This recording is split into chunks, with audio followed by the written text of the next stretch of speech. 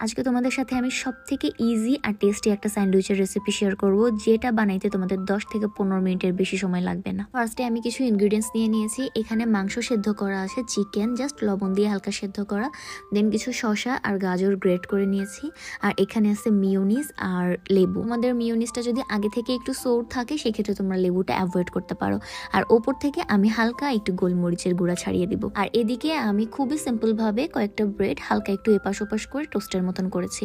আর এইখানকার show stopper হচ্ছে স্বপ্নিল homemade organic ফুডের এই বাটারটা। উইদাউট দিস ওয়ান এই রেসিপিটা কখনোই মজা হবে না। দেখো আমি বাটার অলরেডি কতটা শেষ করে ফেলছি। এই বাটারটা পুরো স্যান্ডউইচের টেস্টটাকে অনেক বেশি এনহ্যান্স করে। আমি এর আগে বাটার ছাড়াও ট্রাই করছি, বাট বাটার সহ অনেক বেশি বেটার লাগছে। দুইটা ব্রেডে আমি এপাশ ওপাশ করে বাটারটা লাগিয়ে নিয়েছি। আর এখন ওই যে ভেতরে যে ইনগ্রিডিয়েন্টস গুলো ছিল ওগুলাকে জাস্ট মিক্সড করে ব্রেডের উপর এভাবে করে আস্তে আস্তে একটু একটু করে দিয়ে দিব। আর এটা দেওয়া শেষ হলে আর একটা ব্রেড দিয়ে ওপর থেকে একটু প্রেসার দিয়ে দিব, তাহলে আমার স্যান্ডউইচ পুরোপুরি রেডি। তোমরা এই স্টেপগুলো ফলো করো, এই স্যান্ডউইচটা এত মজা হয় কি বলবো।